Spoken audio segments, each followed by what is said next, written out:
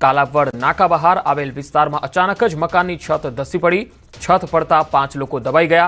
Fire બ્રિગેડે દોડી અને દબાયેલા લોકોને રેસ્ક્યુ કરીને બહાર કાઢ્યા. સદનસીબે જાનહાનિ ટળી 5 લોકો ઈજાગ્રસ્ત થયા. ઈજાગ્રસ્તોને સારવાર માટે જીજી હોસ્પિટલમાં ખસેડાયા હતા.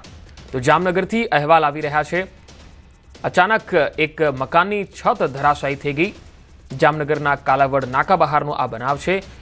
વધુ માહિતી મેળવીએ. ફોનલાઈન પર સંવાદદાતા કિંજલ કારસરિયા જોડાયા છે. કિંજલ, હાલ આ જે મકાનની છત ધરાશાયી થઈ છે ત્યાંથી વધુ અપડેટ શું આવી રહ્યા છે?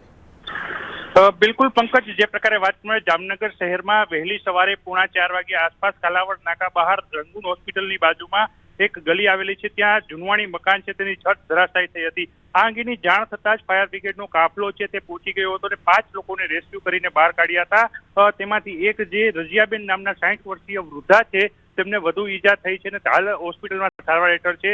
આ ઉપરાંત જે અન્ય 4 લોકો છે, હુસેનભાઈ સાટી, સકીનાબેન, નાઇઝા અને 3 વર્ષનો એક બાળક છે, 3 મહિનાનું એક બાળક છે, તેમને છે તે ઈજા થઈ છે.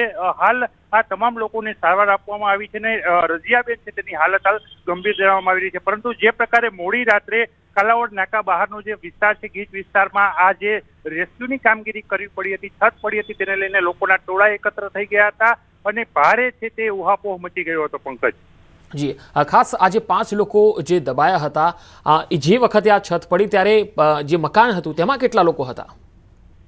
બિલકુલ પંકજ, જે પ્રકારે આખો પરિવાર છે ત્યાં રહેતો હતો. ખૂબ જૂનવાણી મકાનોનો આ વિસ્તાર આવેલો છે, રાજાશાહી વખતનો વિસ્તાર છે. ગીચ વિસ્તારમાં ફાયર બ્રિગેડને જવામાં પણ ખૂબ તકલીફ પડી હતી, કારણ કે જે પ્રકારની આખી ઘટના હતી ત્યારે કેટલા લોકો અંદર ફસાયા છે તે કોઈને ખબર નહોતી. પરંતુ આખી જે સમગ્ર પ્રક્રિયા છે 1.5-2 કલાકના અંતે 5 લોકોને જીવતા બહાર કાઢવામાં આવ્યા હતા. કે જાનહાનિ ટળી હતી ત્યારે લોકોએ રાહતનો દમ લીધો હતો. પરંતુ જે પ્રકારે જે મહિલા છે, મહિલાની હાલત ખૂબ ગંભીર જણાવાઈ રહી છે અને આ પ્રકારની ઘટના છે જે છાસવારે આ વિસ્તારમાં અગાઉ પણ ગત જાન્યુઆરી મહિનામાં બની હતી, ત્યારે ફરી એકવાર ફફડાટ છે આ વિસ્તારમાં ફેલાયો છે. પંકજ. જી કિંજલ, આભાર માહિતી આપવા માટે.